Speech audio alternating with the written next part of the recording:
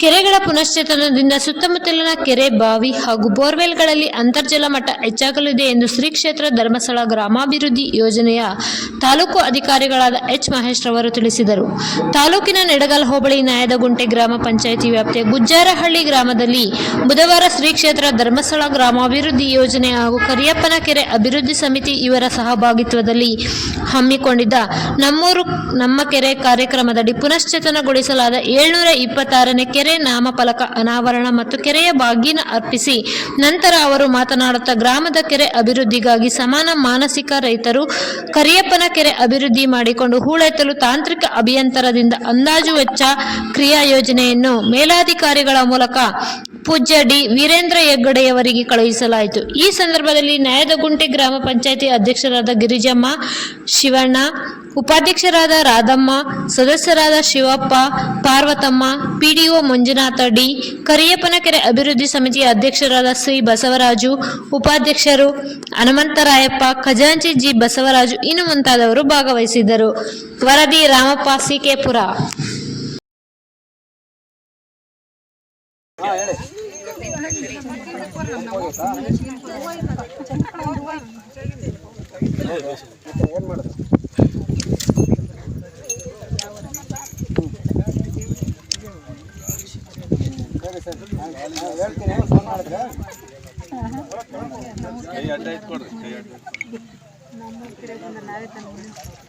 ಯಾರನ್ನ ಹಾಡು ಹೇಳ್ರಮ್ಮ.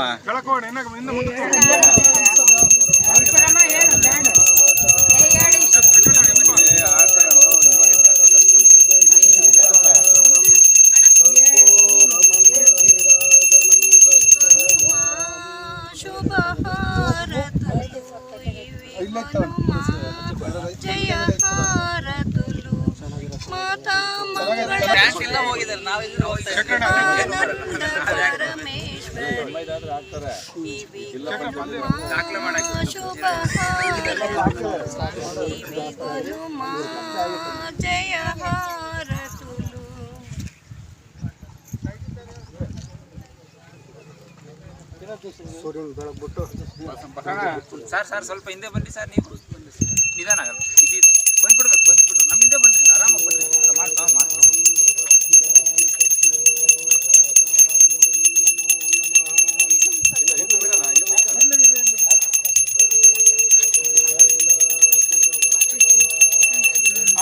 ಆಯ್ತು. ಚೆನ್ನಾಗಿ ತೆಗಿ ಹನುಮಂತಪ್ಪ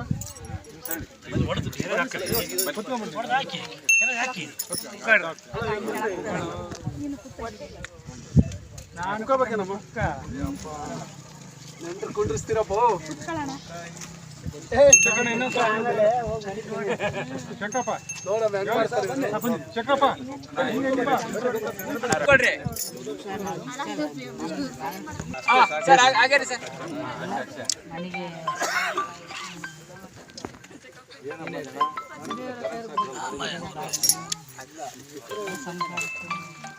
ಬನ್ನಿ, ಮುಂದಕ್ಕೆ ಬರ್ಬೋದು, ಆರಾಮಾಗಿ ಬರ್ಬೋದು.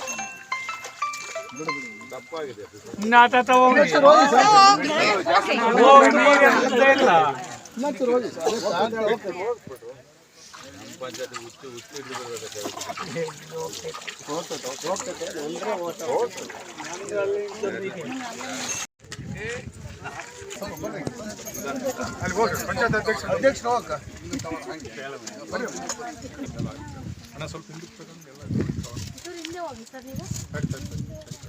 ಬೇಗ ನೀರು ಬಂದು ಕೆರೆ ತುಂಬಬೇಕಮ್ಮ ಅಧ್ಯಕ್ಷ. ಹೇಳ್ರಿ ಯಾಕೆ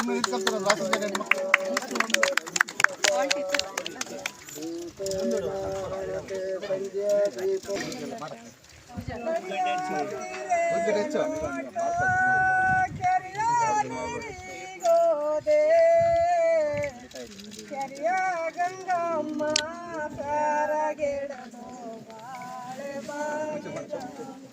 ಅಂತ ಬರ್ಬೇಡ ನೀನು.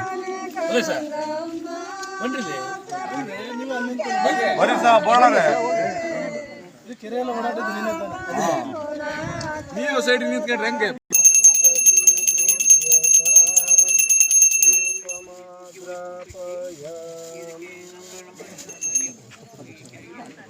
ಎಲ್ಲ ಏನಾಗಲ್ಲ.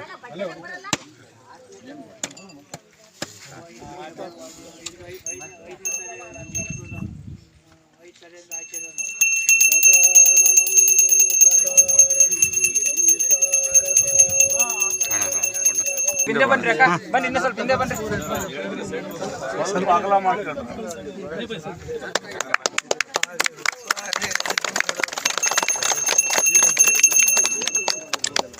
ಸರ್ ಆಗಿರಿ ಸರ್, ಒಂದು ನಿಮಿಷ ಈ ಕಡೆ ನೋಡಿ ಸರ್. ಸರ್ ಮೇಡಮ್ ಈ ಕಡೆ ನೋಡಿ, ಈ ಕಡೆ ನೋಡಿ.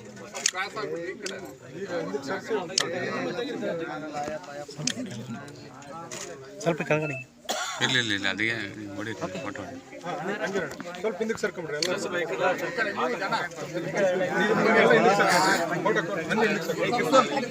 ನೀವು ಸ್ವಲ್ಪ ಹಿಂದಕ್ಕೆ ಅಣ್ಣ ಹಿಂದಕ್ಕೆ ಕೊಟ್ಟು ಕ್ರಾಸ್ ಆದರೆ ಫೋಟೋ ಬರುತ್ತಂತ ಅಷ್ಟೇ.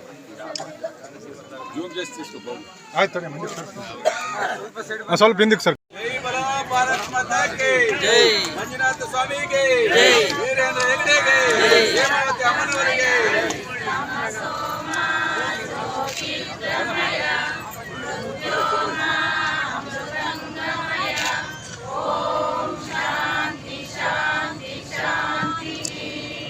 ಸರ್ ಈ ಕಡೆ ನೋಡಿ. ಹಾಗೆ ಓಕೆ. ಹಾಂ ಸ್ವಲ್ಪ ಈ ಕಡೆ ಎತ್ಬಿಡಿ. ಹಾಂ ಆಗ್ಯಾರ ನೀವು ಸ್ವಲ್ಪ ಹಿಂದೆ ಬರ್ಬೇಕು ಸರ್.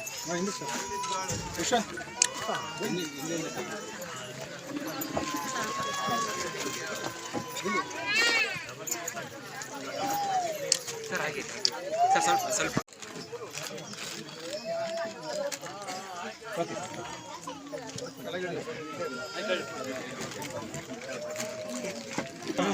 ವೇದಿಕೆ ಇರ್ತಕ್ಕಂಥ ಎಲ್ಲ ಗಣ್ಯರಿಗೂ, ಎಲ್ಲ ರೈತ ಸಂಘದ ಮುಖಂಡರಿಗೂ ಮತ್ತು ಗ್ರಾಮ ಪಂಚಾಯತಿಯ ಮಟ್ಟದ ಎಲ್ಲ ಪದಾಧಿಕಾರಿಗಳಿಗೂ ಧನ್ಯವಾದಗಳು ಅರ್ಪಿಸ್ತಾ, ಈ ಒಂದು ಕಾರ್ಯಕ್ರಮದಲ್ಲಿ ನಮ್ಮ ಗ್ರಾಮ ಪಂಚಾಯತಿ ಎಲ್ಲ ಸಿಬ್ಬಂದಿಯವರು, ಸೆಕ್ರೆಟರಿ ಮತ್ತು ಅವರ ಎಲ್ಲ ಸಿಬ್ಬಂದಿಯವರು ಕೂಡ ವಹಿಸುತ್ತೇನೆ.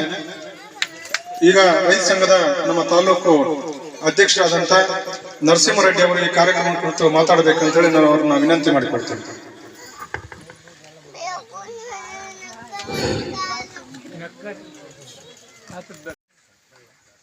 ಎಲ್ಲ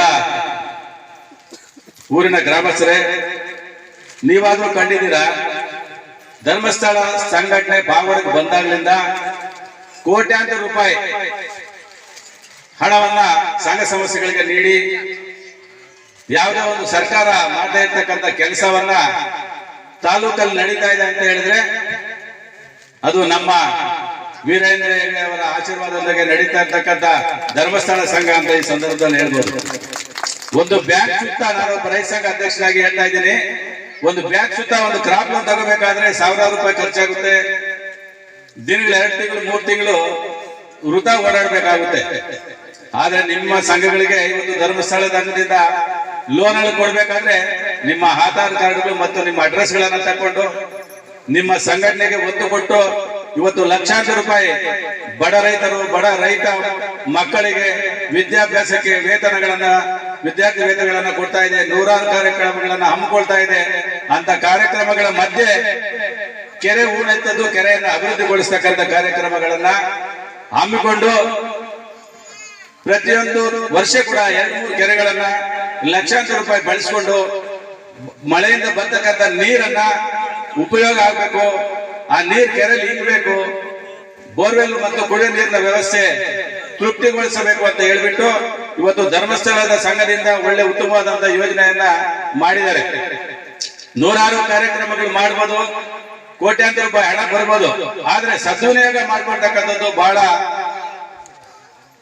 ಇಂಪಾರ್ಟೆಂಟ್. ಅದು ಹಣ ದುರುಪಯೋಗ ಆಗದೆ ಯಾವುದೇ ಮನುಷ್ಯನಿಂದ ಆ ಹಣವನ್ನ ವ್ಯರ್ಥ ಖರ್ಚು ಮಾಡದೆ ಲೆಕ್ಕ, ಅಲ್ಲಿನ ಕೆಲಸ, ಅಲ್ಲಿರ್ತಕ್ಕಂಥ ಸೂಪರ್ವೈಸೇಷನ್, ರೈತರಿಗೆ ಉತ್ತಮವಾದಂತ ಮಣ್ಣು ಹೊರಗೊಳ್ಕೊಳ್ಳೋದು, ಅಲ್ಲಿನ ರೈತರ ಜಮೀನನ್ನ ಫಲವತ್ತತೆ ಮಾಡ್ತಕ್ಕಂಥದ್ದು, ಮತ್ತೆ ಕೆರೆ ಅಭಿವೃದ್ಧಿ ಆಗ್ತಕ್ಕಂಥದ್ದು, ನೂರಾರು ಯೋಜನೆಗಳನ್ನ ಇವತ್ತು ಧರ್ಮಸ್ಥಳ ಸಂಘ ಹಮ್ಮಿಕೊಂಡಿದೆ. ಸೂಕ್ಷ್ಮವಾಗಿ ಇಲ್ಲಿ ವರದಿಯನ್ನು ಓದಲಿದ್ದೇನೆ. ಸುಮಾರು 400-500 ವರ್ಷಗಳ ಹಿಂದೆ ಯಾವುದೇ ಒಂದು ಊರನ್ನ ಪ್ರತಿಷ್ಠಾಪಿಸಬೇಕಾದ್ರೆ ಆಗಿನ ಹಿರಿಯರು, ಇಲ್ಲಿನ ಜಾನುವಾರುಗಳು ಅವರ ಮೂಲ ಕಸುಬಾಗಿದ್ದು ವ್ಯವಸಾಯ ವೃತ್ತಿ ಜೀವನವಾಗಿರ್ತಕ್ಕಂಥ ಸಂದರ್ಭದಲ್ಲಿ ನಮ್ಗೆ ಕುಡಿಲಿಕ್ಕೆ ಯೋಗ್ಯವಾದಂತ ನೀರು ಬೇಕಲ್ಲ ಅಂತ ಮುಂದಾಲೋಚನೆಯಿಂದ ಅವರು ಯೋಚನೆ ಮಾಡಿ ಕೆರೆಕಟ್ಟೆಗಳನ್ನ ಅಂದಿನ ದಿನಗಳನ್ನೇ ಕಟ್ಟಿ ವ್ಯವಸಾಯಕ್ಕೆ ಮತ್ತು ಜಾನುವಾರುಗಳಿಗೆ ಜೀವನಾಧಾರಿತವಾದಂತಹ ನೀರನ್ನ ಸಂಗ್ರಹಿಸತಕ್ಕಂಥ ಒಂದು ವ್ಯವಸ್ಥೆ ಸುಮಾರು ಹಳೆಯ ಕಾಲದಿಂದಲೂ ಸಹ ನಮ್ಮ ಪೂರ್ವಜರು ಅದನ್ನ ಉಳಿಸ್ಕೊಂಡು ಬಂದಿದ್ದಾರೆ. ನಾವು ಅದನ್ನ ಉಳಿಸಿ ಬೆಳೆಸಬೇಕು. ಮಾನ್ಯರೇ, ಇಲ್ಲಿ ಸುಮಾರು 400-500 ವರ್ಷಗಳ ಹಿಂದೆ ಪಾವಡ ತಾಲೂಕು ನಿಡಗಲ್ಲು ದೊರೆಗಳ ವಂಶಸ್ಥರಾದಂತಹ ಕೋಟೆ ಬುಡದ ಭಾಗದಲ್ಲಿ ಗೊಂಚಗಾರ ವಂಶಸ್ಥರಾದ ಕರಿಯಪ್ಪ ಎಂಬ ಸಣ್ಣ ಕುಟುಂಬ ಗೋವು ಮತ್ತು ಕುರಿ ಮೇಕೆ ಸಾಕಾಣಿಕೆಯಲ್ಲಿ ತೊಡಗಿದ್ದು ಈ ಒಂದು ಸಂರಕ್ಷಣೆಗಾಗಿ ಕದಿರೆಹಳ್ಳಿ ಪಕ್ಕದಲ್ಲಿರ್ತಕ್ಕಂಥ ಗೊಲ್ಲಂಕುಂಟೆ ಎಂಬ ಸ್ಥಳದಲ್ಲಿ ವಾಸವಾಗಿದ್ರು. ಆ ವಂಶ ಪರಂಪರೆಯಾಗಿ ಸುಮಾರು 15-20 ಕುಟುಂಬಗಳಿಂದ ಆ ಜೀವನ ನಡೀತಾ ಇತ್ತು. ಅಲ್ಲಿ ಆ ಗೊಲ್ಲಂಕುಂಟೆಯಲ್ಲಿ ಇರ್ತಕ್ಕಂಥ ಸಂದರ್ಭದಲ್ಲಿ ಕರಿಯಪ್ಪನವರು ವಾಸ ಮಾಡ್ತಕ್ಕಂಥ ಗುಡಿಸಲುಗಳ ಮನೆಗೆ ಆಗಿನ ಸಂದರ್ಭದಲ್ಲಿ ಮಳೆ ಆ ಒಂದು ಏರಿಯಾಕ್ಕೆ ನುಗ್ಗಿದೆ ಎನ್ನುವುದನ್ನ ಅರಿತು ಆಗಿನ ಸಂಪ್ರದಾಯದಂತೆ ಊರೊಳಗೆ ಮಲ ನುಗ್ಗಿದೆ ಎನ್ನುವ ಸಂಪ್ರದಾಯ ಇದ್ದಿದ್ರಿಂದ ಆ ಮಲ ಬಂದ ಮೇಲೆ ಊರಿಗೆ ಕೇಡು ಬರುತ್ತದೆ ಎಂದು ಭಾವಿಸಿ ಊರನ್ನ ಬಿಟ್ಟು ಆ ಕುಟುಂಬಗಳೆಲ್ಲ ಈ ಸೀಗಲ್ ಬೆಟ್ಟದ ಪಕ್ಕದಲ್ಲಿರ್ತಕ್ಕಂಥ ಒಂದು ತಗ್ಗು ಪ್ರದೇಶಕ್ಕೆ ಬಂದು ಕೆರೆ ನಿರ್ಮಾಣ ಮಾಡಲಿಕ್ಕೆ ಒಂದು ಪ್ಲಾನ್ ಮಾಡಿ ಈ ಒಂದು ಕೆರೆಯನ್ನ ನಿರ್ಮಿಸಿದರು. ಸುಮಾರು ಈ ಮಾಹಿತಿಯನ್ನ 80 ವರ್ಷದ ನಮ್ಮ ಶಿವಣ್ಣವರು ಪೂರ್ಣ ಇತಿಹಾಸವನ್ನು ಕೊಟ್ಟಿದ್ದಾರೆ. ಇವರು ಈ ಇತಿಹಾಸದಲ್ಲಿ ಬಂದು ಸುಮಾರು 18 ಎಕರೆ ಭೂ ಪ್ರದೇಶದಲ್ಲಿ ಈ ಒಂದು ಕೆರೆಯನ್ನ ನಿರ್ಮಾಣ ಮಾಡಿದ್ದಾರೆ.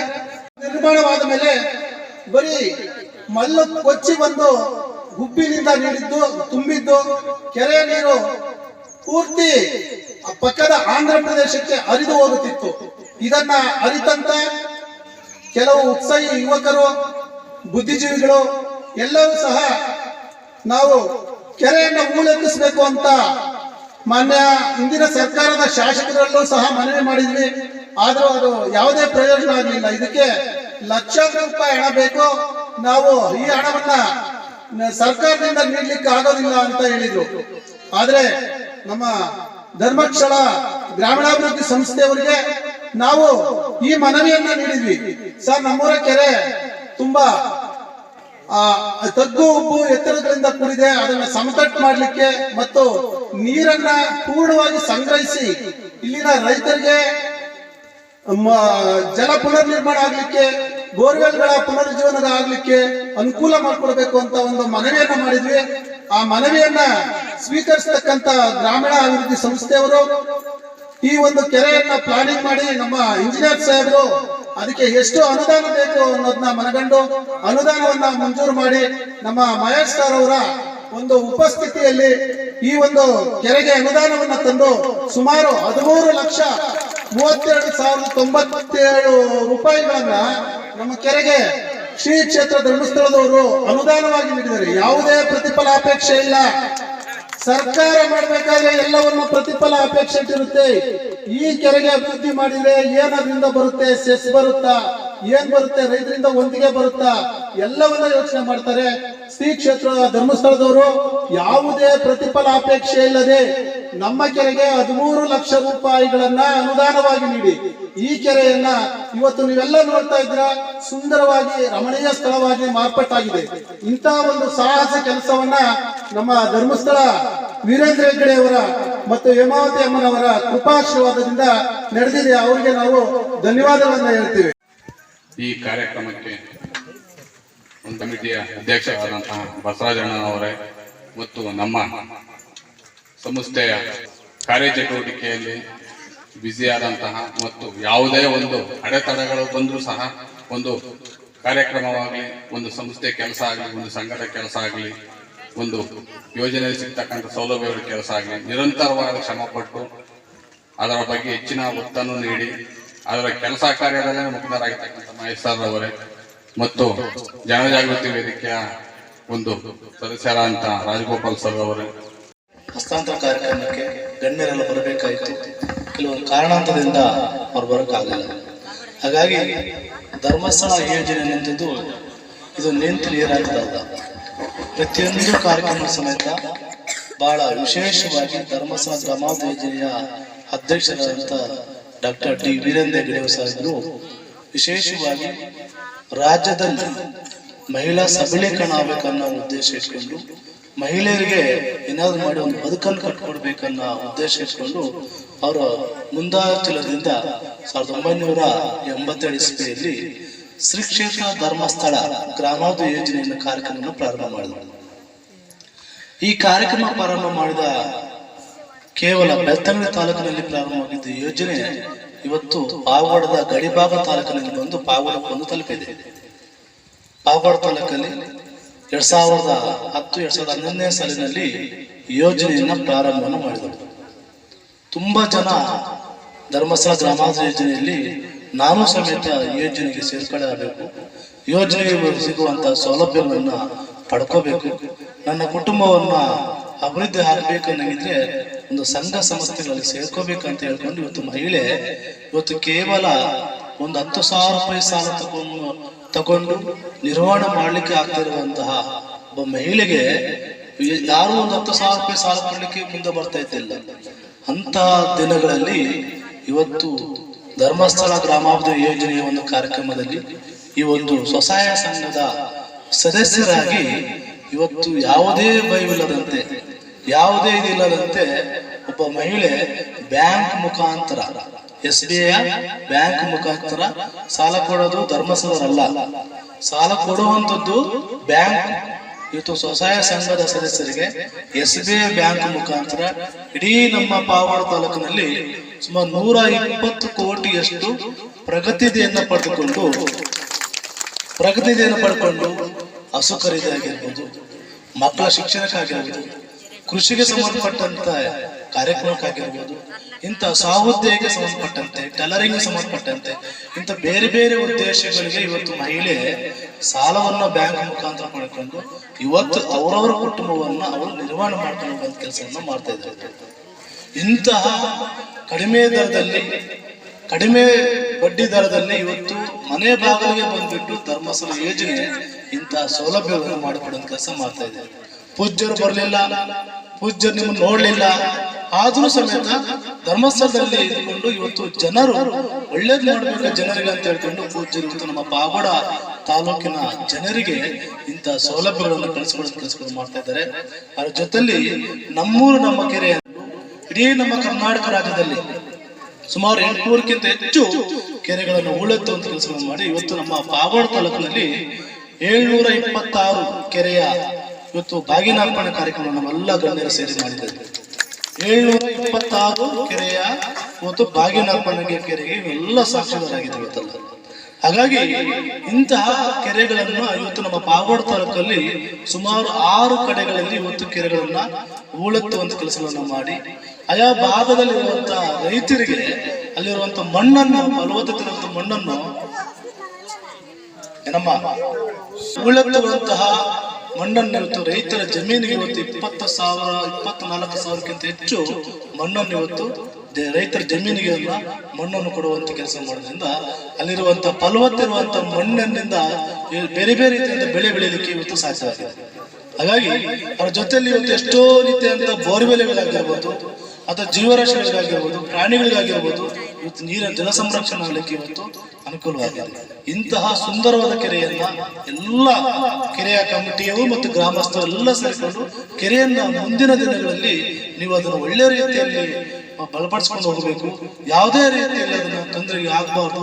ಇಂಥ ಕೆರೆಗಳನ್ನು ಮಾದರಿ ಕೆರೆಯಾಗಿರ್ಬೇಕನ್ನಂಗಿದ್ರೆ ನಿಮ್ಮ ಊರಲ್ಲಿರುವಂತ ಕೆರೆಯನ್ನು ನೀವೆಲ್ಲ ಸಮೇತ ಅಚ್ಚುಕಟ್ಟಾಗಿ ಕರೆಕ್ಟಾಗಿ ನೋಡ್ಕೋಬೇಕಂತ ಹೇಳ್ತಾ, ಪ್ರತಿ ವರ್ಷದಂತೆ ನಾವು ಸಮೇತ ನಮ್ಮ ಧರ್ಮಸ್ಥಳ ಗ್ರಾಮಾಭಿವೃದ್ಧಿ ಯೋಜನೆಯಿಂದ ಪಾವಗಡ ತಾಲೂಕಲ್ಲಿ ಇವತ್ತು ಗಡಿಭಾಗ ತಾಲೂಕು ನೀರಿನ ಮಟ್ಟ ಬಹಳ ಸಮಸ್ಯೆ ಇರುತ್ತೆ ಅಂತ ಹೇಳ್ಕೊಂಡು ರೈತರಿಗೆ ಅನುಕೂಲ ಆಗ್ಬೇಕಂತ ಹೇಳ್ಕೊಂಡು ನಮ್ಮ ಧರ್ಮಸ್ಥಳ ಯೋಜನೆಯಿಂದ ಸಮೇತ ಪ್ರತಿ ವರ್ಷದಂತೆ 2 ಕೆರೆಗಳನ್ನು ಉಳಿದುವಂತ ಕೆಲಸಗಳನ್ನು ಮಾಡಬೇಕು. ಆ ಭಾಗದಲ್ಲಿರುವಂತ ರೈತರಿಗೂ ಸಮೇತ ಸಹಾಯ ಮಾಡಬೇಕು ಅನ್ನೋ ಉದ್ದೇಶ ಇಟ್ಕೊಂಡು ಇಂಥ ಕೆಲಸಗಳನ್ನು ಮಾಡ್ತಾ ಇದ್ದೀವಿ. ಧರ್ಮಸ್ಥಳ ಯೋಜನೆ ಕಾರ್ಯಕ್ರಮ ಅಂತ ಹೇಳಿದ್ರೆ ಬೆಳಗಿಂದ ಸಂಜೆ ತನಕ ಸಮೇತ ಹೇಳ್ಬೇಕಾಗುತ್ತೆ ನಾವು. ಅಂತ ನೂರಾರು ಯೋಜನೆಗಳು ಹಾಕೊಂಡು ಇವತ್ತು ಕಾರ್ಯಕ್ರಮವನ್ನು ಮಾಡ್ತಾ ಇದ್ದಾರೆ. ಅದರ ಜೊತೆಯಲ್ಲಿ ಮಕ್ಕಳಿಗೆ ಸುಜ್ಞಾನ ಶಿಷ್ಯವೇತನ ಕಾರ್ಯಕ್ರಮ ಅಂತ ನಾವು ಮಾಡ್ತಾ ಇದ್ದೀವಿ. ಇವತ್ತು ಮಕ್ಕಳಿಗೆ ಸ್ವಸಹಾಯ ಸಂಘದಲ್ಲಿರುವಂತಹ ಮಕ್ಕಳು ಇವತ್ತು ಯಾರಾದರೂ ನಮ್ಮ ಯೋಜನೆಯಲ್ಲಿ ಸದಸ್ಯರಾಗಿದ್ದಂತ ಮಕ್ಕಳಿಗೆ ಯಾರಾದರೂ ವಿದ್ಯಾಭ್ಯಾಸ ಮಾಡ್ತಾ ಇದ್ರೆ ಅಂತವ್ರಿಗೆ ಸ್ಕಾಲರ್ಶಿಪ್ ಅನ್ನು ಕೊಡುವಂತ ವ್ಯವಸ್ಥೆಗಳನ್ನು ಮಾಡಿಕೊಡ್ತಾ ಇದ್ದೀವಿ. ಅದರ ಜೊತೆಯಲ್ಲಿ ಪಾವಗಡ ತಾಲೂಕಿನಲ್ಲಿ ಇವತ್ತು ಶಿಕ್ಷಕರು ತುಂಬಾ ಕೊರತೆ ಇದೆ. ಶಾಲೆಗಳಲ್ಲಿ ಇವತ್ತು ಶಿಕ್ಷಕರೇ ಇಲ್ಲ. ಕೆಲವೊಂದು ಕಡೆ ಹೋದ್ರೆ ಶಿಕ್ಷಕರೇ ಅಲ್ಲಿ ಇರ್ತಾ ಇಲ್ಲ. ಅಂತಹ ಶಾಲೆಗಳನ್ನು ಆಯ್ಕೆ ಮಾಡಿಕೊಂಡು ಇವತ್ತು ಧರ್ಮಸ್ಥಳ ಗ್ರಾಮಾಭಿವೃದ್ಧಿ ಯೋಜನೆ ಮುಖಾಂತರ ಸುಜ್ಞಾನ ಶಿಷ್ಯ ವೇತನ ಅಡಿಯ ಕಾರ್ಯಕ್ರಮದಲ್ಲಿ ಸುಮಾರು 17 ಜನ ಶಿಕ್ಷಕರನ್ನು ಇವತ್ತು ಪಾವಗಡ ತಾಲೂಕಿಗೆ ಕೊಡುವಂತ ಕೆಲಸ ಮಾಡಿಕೊಟ್ಟಿದೆ. ಅವ್ರಿಗೂ ಸಮೇತ ಯೋಜನೆಯಿಂದನೇ ಅವ್ರಿಗೆ ವೇತನ ಗೌರವಧನ ಕೊಟ್ಬಿಟ್ಟು ಅಲ್ಲಿ ಟೀಚಿಂಗ್ ಮಾಡೋ ಕೆಲಸ ಮಾಡ್ಕೊಡ್ತಿದ್ವಿ. ಯಾಕೆಂದ್ರೆ ಅಲ್ಲಿರುವಂತಹ ಮಕ್ಕಳಿಗೆ ವಿದ್ಯಾಭ್ಯಾಸಕ್ಕೆ ತೊಂದರೆ ಆಗಬಾರ್ದು ಅನ್ನೋ ಉದ್ದೇಶ ಇಟ್ಕೊಂಡು ಇಂಥ ವ್ಯವಸ್ಥೆಗಳನ್ನು ಮಾಡಿಕೊಡುವಂತ ಕೆಲಸ ಮಾಡ್ತಾ ಇದ್ದೀವಿ. ಅದ್ರ ಜೊತೆಲಿ ಕುಡಿಯುವ ನೀರು ಘಟಕಗಳ ವ್ಯವಸ್ಥೆ ಮಾಡಿಕೊಡುವಂತದ್ದಾಗಿರ್ಬೋದು, ನಿರ್ಮಾಣಕ್ಕೆ ಆಗಿರ್ಬೋದು, ಇಂತಹ ಉದ್ದೇಶಗಳು ಸಮೇತ ಇವತ್ತು ಧರ್ಮಸ್ಥಳ ಯೋಜನೆ ಶಿಕ್ಷಣಕ್ಕೆ ಸಮೇತ ಸರ್ಕಾರಿ ಸಮುದಾಯ ಅಭಿವೃದ್ಧಿ ಕಾರ್ಯಕ್ರಮಗಳು ಸಮೇತ ಇವತ್ತು ಅವಕಾಶಗಳನ್ನು ಮಾಡಿಕೊಡ್ತಾ ಇದೆ. ಮೊನ್ನೆ ಸಾರು ಸಮೇತ ಗುಂಡಾಲಲ್ಲಿ ಮೊನ್ನೆ ನಮ್ಮ ನರಸಿಂಹ ಸರ್ ಅವರು ಇದ್ರು, ನನಗೊಂದು ಫೋನ್ ಮಾಡಿದ್ರು, ಇಲ್ಲ ಸರ್ ನಿಮ್ಮ ಧರ್ಮಸ್ಥಳ ಗ್ರಾಮೋದಯ ಯೋಜನೆಯಿಂದ ಈ ಒಂದು ಶಾಲೆಗೆ ನೀವು ಏನು ವಾಟರ್ ಫಿಲ್ಟರ್ ವ್ಯವಸ್ಥೆ ಮಾಡ್ಕೊಡ್ಬೇಕು, ನೀವು ಸಹಾಯ ಮಾಡಿ ನಾನು ಸಹಾಯ ಮಾಡ್ತೀವಿ ಅಂತ ಹೇಳ್ಕೊಂಡು ನನಗೆ ಫೋನ್ ಮಾಡಿ ಹೇಳಿದಾಗ ಕೂಡಲೇ ಅವರ ಮನವಿಯನ್ನು ಸ್ವೀಕರಿಸಿಬಿಟ್ಟು ಕೇಂದ್ರ ಕಚೇರಿಗೆ ಕಳಿಸ್ಕೊಟ್ಟಾಗ ಅವರು ಸಮೇತ ಕೈ ಜೋಡಿಸಿ 20,000 25,000 ರೂಪಾಯಿಯನ್ನು ಹಾಕಿದ್ರು. ನಮ್ಮ ಯೋಜನೆಯನ್ನು ಸಮೇತ ಅದಕ್ಕೆ ಹಣವನ್ನು ಪಾವತಿ ಮಾಡಿ ಇವತ್ತು ವಾಟರ್ ಫಿಲ್ಟರ್ ಅನ್ನ ಅಲ್ಲಿ ಉದ್ಘಾಟನೆ ಮಾಡಿ ಆ ಶಾಲೆಗೆ ಕೊಡುವಂತ ಕೆಲಸ ಮಾಡ್ಕೊಡ್ಬೇಕು. ಆಗ ಹೈಸ್ಕೂಲ್ಗೆ ಕೊಡುವಂತ ಕೆಲಸ ಮಾಡ್ಕೊಟ್ರು. ಹಾಗಾಗಿ ಇಂತಹ ಕಾರ್ಯಕ್ರಮವನ್ನು ಇವತ್ತು ಧರ್ಮಸ್ಥಳ ಯೋಜನೆ ಮಾಡ್ತಾ ಇದೆ. ಎಲ್ಲಾ ಕಾರ್ಯಕ್ರಮಕ್ಕೂ ಎಲ್ಲಾ ಜನರು ಸಮೇತ ಅವಕಾಶವನ್ನು ಮಾಡಿಕೊಡ್ಬೇಕಂತ ಹೇಳ್ತಾ ಇವತ್ತು ವಿಶೇಷವಾಗಿ ಪಾವಗಡ ತಾಲೂಕಲ್ಲಿ 3,200ಕ್ಕಿಂತ ಹೆಚ್ಚು ಇವತ್ತು ಪ್ರಗತಿ ಬಂಧು ಮತ್ತು ಸ್ವಸಹಾಯ ಸಂಘವನ್ನು ರಚನೆ ಮಾಡಿ 26,000 ಕುಟುಂಬಗಳು ಇವತ್ತು ಇದರಲ್ಲಿ ಯೋಜನೆಯಲ್ಲಿ ಸೌಲಭ್ಯಗಳನ್ನು ಪಡ್ಕೊಂಡು ಪಾಲುದಾರರಾಗಿ ಇವತ್ತು ಕೆಲಸವನ್ನು ಮಾಡ್ತಾ ಇದ್ದಾರೆ. 26,000 ಜನ ಇವತ್ತು ಒಂದು ಯಾವ್ದಾದ್ರು ಒಂದು ಯೋಜನೆ ಕಾರ್ಯಕ್ರಮವನ್ನ ಅದರಿಂದ ಮಾಹಿತಿಯನ್ನು ಪಡ್ಕೊಂಡು ಅದರಿಂದ ಅಭಿವೃದ್ಧಿ ಆಗುವಂತ ಕೆಲಸಗಳನ್ನು ಮಾಡ್ತಾ ಇದ್ದಾರೆ. ಹಾಗಾಗಿ ಇವತ್ತು ಪಾವಗಡ ತಾಲೂಕಲ್ಲಿ 26,000 ಕುಟುಂಬಗಳು ಇವತ್ತು ನೋಂದಾವಣೆ ಆಗಿಬಿಟ್ಟು ಇಂತಹ ಸೌಲಭ್ಯಗಳನ್ನು ಪಡ್ಕೊಳ್ತಾ ಇದೆ. ಅದರ ಜೊತೆಲಿ ನಮ್ಮ ಜ್ಞಾನೈತಿಕ ಸಹಕಾರ ಅಂತ ಇದೆ. ಇವತ್ತು ಎಲ್ಲ ಮುಂದೆ ಕೂತ್ಕೊಂಡಿದ್ದಾರೆ. ಎಷ್ಟು ಚೆನ್ನಾಗಿ ಅವರು ಒಂದು ಒಳ್ಳೆ ಯೂನಿಫಾರ್ಮ್ ಅನ್ನು ಹಾಕೊಂಡು ಒಳ್ಳೆ ರೀತಿಯಲ್ಲಿ ಒಂದು ನಮ್ಮ ಶಿಸ್ತು, ಒಂದು ಕಾರ್ಯಕ್ರಮದ ಒಂದು ಶಿಸ್ತು, ಆ ಒಂದು ಶಿಸ್ತನ್ನು ಮೈಗೂಡಿಸಿಕೊಂಡು ಇವತ್ತು ಬಹಳ ದೂರದಿಂದ ಬಂದು ಇವತ್ತು ಇಲ್ಲಿ ಕಾರ್ಯಕ್ರಮಕ್ಕೆ ಬಂದಿದ್ದಾರೆ. ಹಾಗಾಗಿ ಅಮ್ಮನವರು ವಿಶೇಷವಾಗಿ ಹೇಳ್ತಾ ಇರ್ತಾರೆ, ಮಹಿಳೆಯರಿಗೆ ಜ್ಞಾನ ವಿಕಾಸ ಕಾರ್ಯಕ್ರಮ ಸಮೇತ ಬಹಳ ಪ್ರಾಮುಖ್ಯವಾದನ್ನು ಕೊಡಬೇಕು. ಮಹಿಳೆ ತನ್ನ ಕುಟುಂಬವನ್ನು ನಿರ್ಮಾಣ ಮಾಡಬೇಕು, ಒಳ್ಳೆ ರೀತಿ ಬದುಕಬೇಕಂದ್ರೆ ಶಿಸ್ತನ್ನು ಮೈಗೂಡಿಸ್ಕೋಬೇಕಾಗುತ್ತೆ. ಅಲ್ಲಿರುವಂತ ಕೊಡುವಂತ ಮಾಹಿತಿಗಳನ್ನು ಅರ್ಥ ಮಾಡಿಕೊಂಡು ಕುಟುಂಬದ ಎಲ್ಲ ಸದಸ್ಯರಿಗೆ ತಿಳಿಸಬೇಕಂತ ಹೇಳ್ಕೊಂಡು ಇವತ್ತು ಜ್ಞಾನ ವಿಕಾಸ ಕಾರ್ಯಕ್ರಮ ಸಮೇತ ನಮ್ಮಲ್ಲಿದ್ದೇವೆ.